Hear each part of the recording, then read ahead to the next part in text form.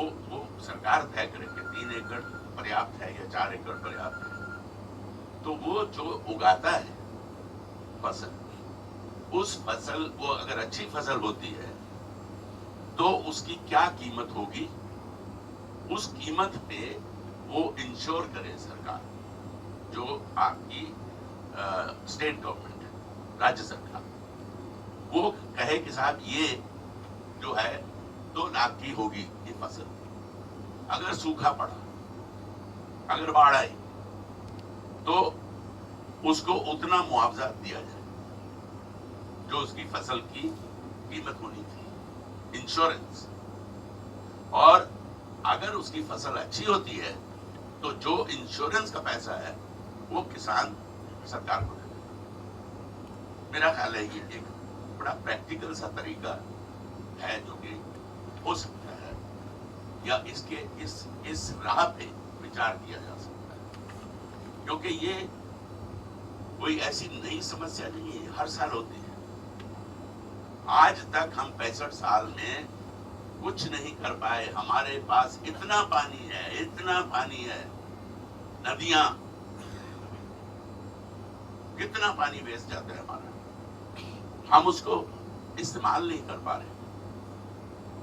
पानी की कोई कमी नहीं है देश में। मेरा ख्याल है शायद वाजपेयी ने कहा कि जैसे हम हाईवे बना रहे हैं, सड़कें बना रहे हैं, एक दूसरी स्टेट को कनेक्ट कर रहे हैं, वैसे ही हमें अपनी नदियों को भी इस तरह से ऑर्गेनाइज करना चाहिए कि वो हर जगह से घूम के जाए। नेहरू जी ने भाखड़ा नंगल बनवाया था। पंजाब के आप नहरें देखिए, कंक्रीट नहरें, मतलब यहां से लेके वहां तक इतनी चौड़ी नहर जो पूरे खेतों को फिर उसके बाद वो छोटी छोटी नहरें बनती जाएंगी और सब खेतों को पानी मिलता है। तो ऐसा हर प्रांत में होना चाहिए, बजाय इसके छोटी छोटी चीजों पे। ठीक है, वो छोटी चीजें भी इंपॉर्टेंट है कि भाई सड़क पे कचरा नहीं होना चाहिए, सही है, मैं मानता हूं ये बात। हम बड़े नालायक, पढ़े लिखे लोग, कोका कोला पिया, चक इट ऑफ, अरे यार गाड़ी में रख लेना, गाड़ी में रहने दे, और जो जगह सही जगह आएगी वहां फेंक देना। विदेश में हम देखते हैं जाते जाते लोग कुछ खा रहे हैं, अब हर जगह तो कचरे का डिब्बा नहीं है ना 10 फुट पे, लेकिन वो इंतजार करते हैं 50 फुट पे, 100 फुट पे, 200 फुट पे उनको कुछ मिलता है, उसमें डाल। तो ये भी जरूरी चीज है। लेकिन ऐसी ऐसी हमारी जो समस्याएं हैं जिसपे अब एक किसान अगर आत्महत्या करता है तो वो एक आदमी की आत्महत्या नहीं, जो उसके 10-10, 11-11 साल के बच्चे हैं वो भी आत्महत्या ही समझिए। कौन पढ़ाएगा उनको, कौन खिलाएगा उनको? उसकी बूढ़ी माँ होगी, बूढ़ा बाप भी हो सकता है।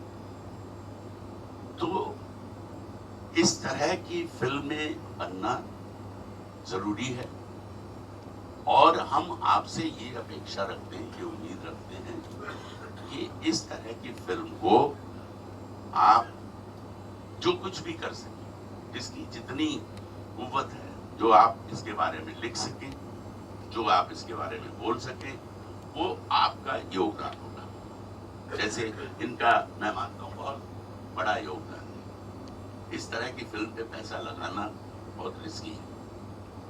तो इसलिए मेरी आप सबसे विनती है जो यहाँ आए हैं सज्जन पत्रकार, कि आप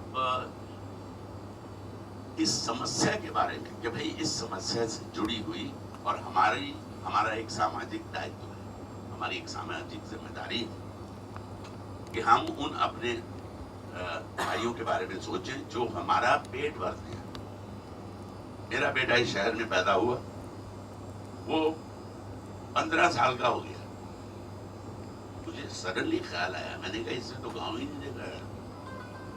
तो मैं दिल्ली से की शूटिंग कर रहा था, वो आया वहां और हम गांव में शूटिंग कर रहे थे। मैंने रास्ते में गाड़ी रोकी, मैंने कहा बाहर उतरो। क्या हुआ? क्या उतरो तो सही है। उतरा तो मैंने उसको खेत में खड़ा कर दिया। मैंने कहा क्या है फार्म है, फील्ड है, सही कह रहे हो। और वो सामने जो घर दिखाई दे रहे हैं, मुझे लगता है गरीब लोग घर है। मैंने कहा गरीब जरूर है वो, लेकिन भिखारी नहीं है, किसान है, ये किसानों के घर। फिर मैंने पूछा शहर तुम बॉम्बे में क्या खाते हो? हंसने लगा। मैं क्या खाता हूँ? रोटी खाता हूँ, दाल खाता हूँ, सब्जी खाता हूँ, फल खाता हूँ। मैंने कहा सब्जियों में मसाले भी डलते हैं ना? हाँ वो भी डलते हैं। मैंने कहा ये सब तेरे बम्बई शहर में उगता है? नहीं तो यहाँ उगता है। ये जो गरीब लोग देख रहे हो ना, ये उगाते हैं। शहरों में कुछ नहीं उगता, इस्तेमाल होता है शहरों में। उगता यहाँ है, जो सीधा हमारे पेट में जाता है और हमें जीवन देता है, हमें अच्छी सेहत देता है। तो मैंने कहा ये वो लोग हमें इनके बारे में नहीं सोचना चाहिए। मैं चाहता हूँ कि मेरी वजह से आप लोगों को रुकना पड़ा ये प्रोग्राम शुरू करने में। मुझे तो ज्ञात भी नहीं था कि असल में आजकल प्रोग्राम मतलब समय पे शुरू होता है। मैं माफी चाहता हूँ। जो भी इस फिल्म के बारे में कहना था तो ओम जी ने, हमारे जो ओमपुरी साहब हैं, उन्होंने बहुत बढ़िया और बहुत खूबसूरत तरीके से कह दिया, जिसमें मैं और कुछ ऐड नहीं करना चाहूँगा। केवल ये कहना चाहूँगा कि मेरा सौभाग्य है कि मैं इस प्रोजेक्ट के साथ जुड़ा हूँ। और जब इन्होंने मुझे ये कहानी सुनाई और उन्होंने कहा कि ओम जी ये रोल निभा रहे हैं, तो मुझे बहुत ही प्रसन्नता हुई।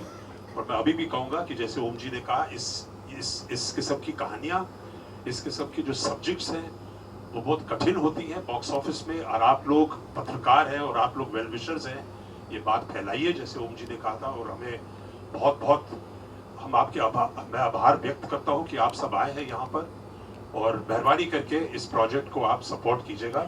बहुत बहुत धन्यवाद। और भविन को भी और आप साहब को भी, जिन्होंने इतनी हिम्मत से इस पिक्चर को प्रोड्यूस किया, बहुत बहुत धन्यवाद। Thank you.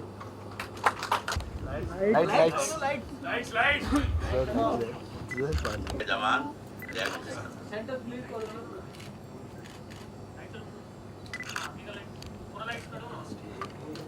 अरे उनके पास फ्लैश है सब।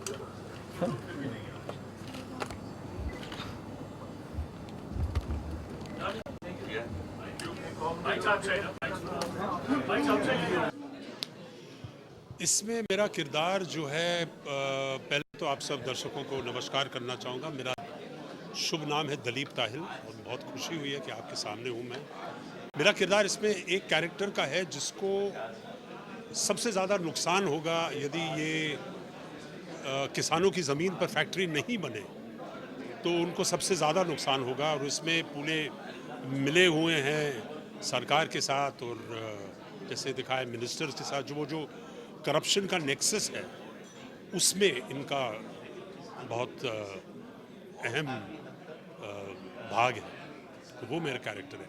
लेकिन उसके साथ साथ मैं ये कहना चाहूँगा कि देखो, नेगेटिव रोल्स जो है, जो ये कैरेक्टर होते हैं, जो फैक्ट्रियाँ बनाते हैं और ये सब करते हैं, उनकी भी मजबूरियाँ हैं और उनका भी मतलब तरक्की के नाम पे और देश को बढ़ाने के नाम पे वो भी एक तरीके से ज़रूरी है।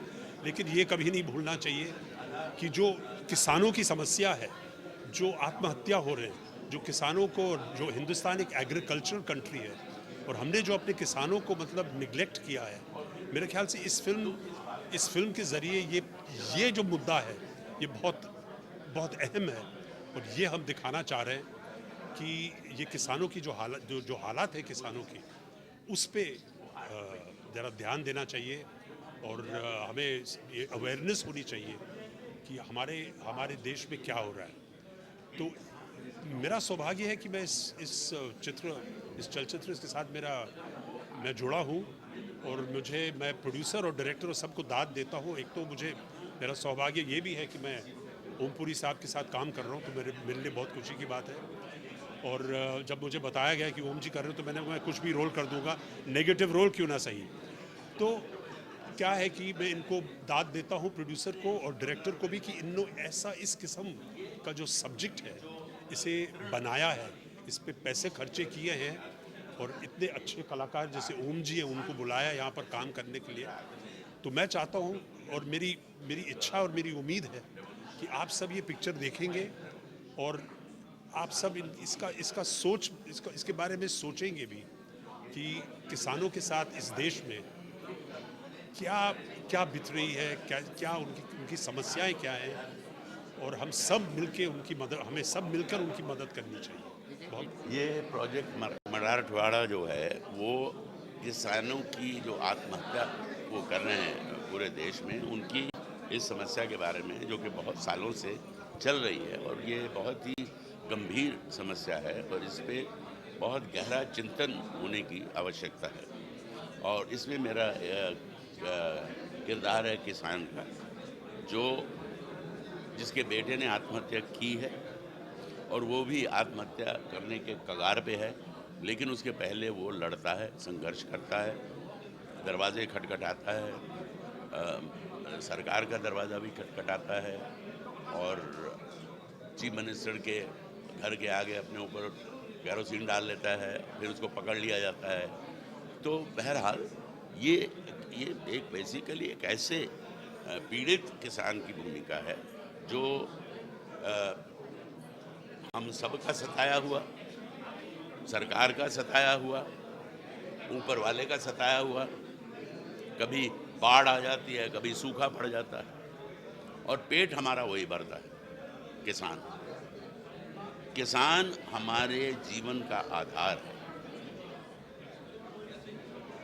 आटा, दाल, चावल, सब्जी, फ्रूट, मसाले सब किसान उगाते हैं। और आज से 50 साल पहले हमारे देश में पर्याप्त अनाज नहीं था, पर्याप्त खाद्य सामग्री नहीं थी। हमें अमेरिका से एक बेचारे जो उनके पास था वो दिया उन्होंने हमें, लेकिन बड़े घटिया एक गेहूँ आती थी PL-480, वो भेजी जाती थी हमें हमारा पेट भरने के लिए। लेकिन आज जो है 50 साल में वो हमारे पास ज़रूरत से ज़्यादा खाद्य सामग्री, हर चीज़, कोई कमी नहीं है। सिर्फ कमी है वितरण प्रणाली की। उसकी तरफ ध्यान देना चाहिए कि किसी प्रदेश में कोई चीज़ बहुत ज़्यादा उगी तो आप दूसरे प्रदेश में भी उसमें कोई दूसरी चीज़ ज़्यादा उगी वो आप, तो ये जो है ये राज्य सरकारों का और केंद्र का मिश्रण करके कोई तरीका निकालना चाहिए। मैं तो साइंटिस्ट नहीं हूँ ना, एग्रीकल्चर साइंटिस्ट नहीं हूँ, तो लेकिन बहुत पंजाब में कितनी बार सुना है गेहूँ सड़ रही है, टमाटर सड़ रहा है, आलू सड़ गया। क्यों सड़े भाई? यहाँ बेचारे जो शहरों में मजदूर लोग, वो इतनी महंगी सब्जी अफोर्ड नहीं कर सकते, वो प्याज और आलू की सब्जी खाते हैं बस। कैसे खाएंगे? बॉम्बे में 80 रुपए से कम कोई सब्जी नहीं है, 80 रुपये किलो। आज मैं तुरई खरीदने गया, 120 रुपये किलो। बोला 120 रुपये किलो तुरई। अब आप सोचो वो किसान जिसने उगाई है उसको क्या मिला होगा, क्योंकि जब आप किसी छोटे कस्बे में जाओगे, यही तुरई गोरखपुर में 18 रुपये किलो मिलेगी।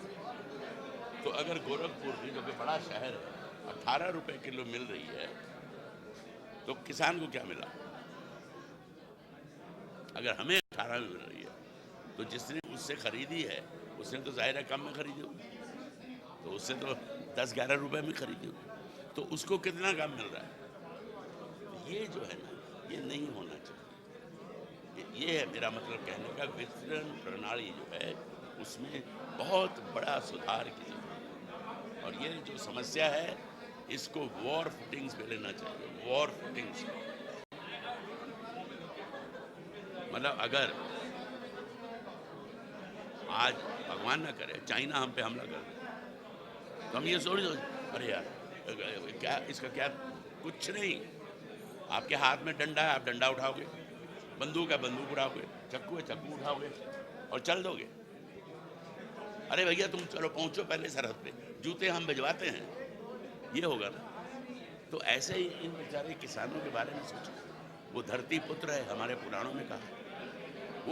वो हमें हम जीवित हैं उसकी वजह से, बिना खाए हम कैसे जिएंगे बताइए।